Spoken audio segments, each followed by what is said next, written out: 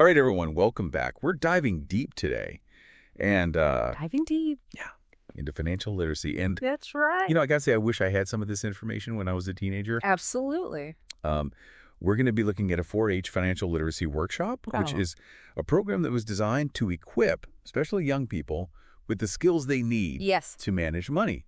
And, think about it. If you can learn this stuff early, think about how much better Absolutely. your life can be, less debt, Oh, yeah. making smart choices with your money, being able to achieve the things that you really want. And it's never too early to start building those good habits, you know? It's really foundational. And it's kind of crazy to think about this, but fewer than 1 in 5 teens Wow. actually understand the basics of how to manage money. And, That's a crazy stat. it is. And Yeah. it's something that I think this deep dive can help you start building and get a head start and set yourself on that path towards financial freedom. Yeah, they break this workshop down into 3 sections, kind of like a ready, set, go Okay, theme. So let's get ready first. let's do it. Okay. So getting into position here, the first thing they talk about in this workshop is understanding your money mindset. Yeah. Have you ever stopped and thought about, like, how you feel about money? Is it like, Oh, absolutely. something that stresses you out, or Yeah. is it something that you're excited about, or, Yeah. do you avoid it? That's such a crucial starting point because Yeah. our attitude towards money really does shape our financial habits, Oh, right? absolutely. So if you're somebody who views money, with this sense of scarcity, like there's never enough, Right. you're probably going to be more likely to hoard it or be really anxious about spending it. Right. But on the other hand, if you have more of an abundant mindset around money, Yeah. you're more likely to see it as a tool to achieve your goals, Right. Yeah. to make a difference in the world. Right. And you're going to be more open to investing it. Okay. So I like that, the Yeah. abundance mindset, right? Yeah. But what if you're like stuck? You're like, I'm in that scarcity mindset. Yes. How do you shift that? That is a great question. And it is a process Yeah. and it takes time. But one of the first things you can do is just become really aware of those thoughts that you have about money. Okay. So listen to that inner voice. When you find yourself thinking, I'll never be able to afford that, Yeah. or I'm always broke, challenge those thoughts, right? Because oftentimes those are just beliefs that we've picked up Yeah. along the way. They're not necessarily true. Right. Right. So look for evidence that contradicts those thoughts. Right.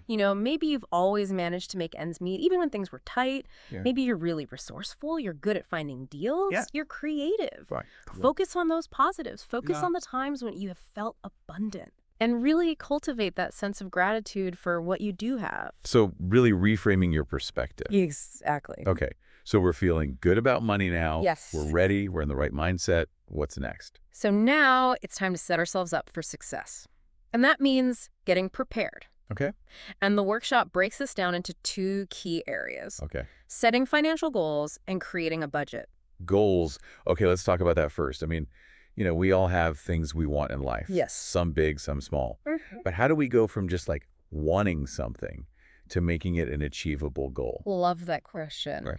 And, one of the best frameworks I've come across is the idea of SMART goals. Okay. And that stands for specific, measurable, achievable, relevant, and time-bound. So, for instance, instead of just saying, I want to save money, which is kind of vague, Right. you could say, I want to save $500 for a new phone by the end of the summer. Okay. And I'll do that by setting aside $25 from my part-time job each week. That's a much more specific. Right. It's so much clearer. Yeah. It's actionable. Yeah. And I'm guessing, writing it down probably helps too. Oh, absolutely. Getting it out of your head and onto paper Yeah. makes a huge difference. Yeah. Okay. Goals. Got it. Yeah. What about a budget? The dreaded B word. Yeah. And a lot of people, I think, when they hear budget, they think about like restrictions. Yeah, they think deprivation. Yeah. They think, oh, it's going to take away all the fun. Right. But actually, I see a budget as the opposite. Really. It's empowering. Okay. Because when you have a budget, you're not limiting yourself. You're making conscious choices about where your money goes. So it's like a financial roadmap Yeah. that helps you reach your destination, Okay. which are your goals. I like that. That's a good way to put it. Yeah. By tracking your income and expenses, you're taking control Yeah. instead of letting your money control you. Okay. So how do you even begin to budget? if you've never done it before. There are tons of great apps out there, No, for budgeting. yeah. But honestly, you can just start with a simple notebook. I mean, Yeah. just write down all your income. So that could be allowance, part-time job, maybe you get some birthday money, Right. and then track all of your expenses for Right. like a week or two. Just notice. Write it all down. Write it all down. Yeah. And then you might be surprised at where your money's actually going. Yeah, and I bet, like, little things add up. Oh, absolutely. Like if you're buying, a coffee or a snack every day. It all adds up. Yeah. Those little impulse purchases can really make a dent. Yeah. But once you're aware of them, you can start to make different choices. Right. Right. Maybe you pack your lunch a couple days a week instead of buying it. Right. Maybe you make coffee at home a few times instead of hitting the coffee shop. Yeah. Little changes can add up to big savings. I like it. Okay, so we're ready. Yes. We're set. What about go? It's time to take action. Yeah. And I think, the biggest thing to remember here is you don't have to wait for the perfect moment. Okay. Just start small. Go ahead. Start today. Even if you can only put aside a couple dollars a week into a savings account, Okay. it all adds up. So savings accounts, why are they so important? Like, can't you just Yeah. throw your money in a piggy bank? A piggy bank is a great starting point, but a savings account Yeah. offers a few key advantages. Yep. First of all, it's safe. Your money's insured. It's not going to disappear. Right. Second, most savings accounts will earn a little bit of interest, which Okay. is essentially free money, Like, right? how does interest work? Yeah, so interest is basically the money that the bank pays you Okay. for letting them use your money. And there's this really cool concept called compound interest, Okay. which is basically interest earning interest.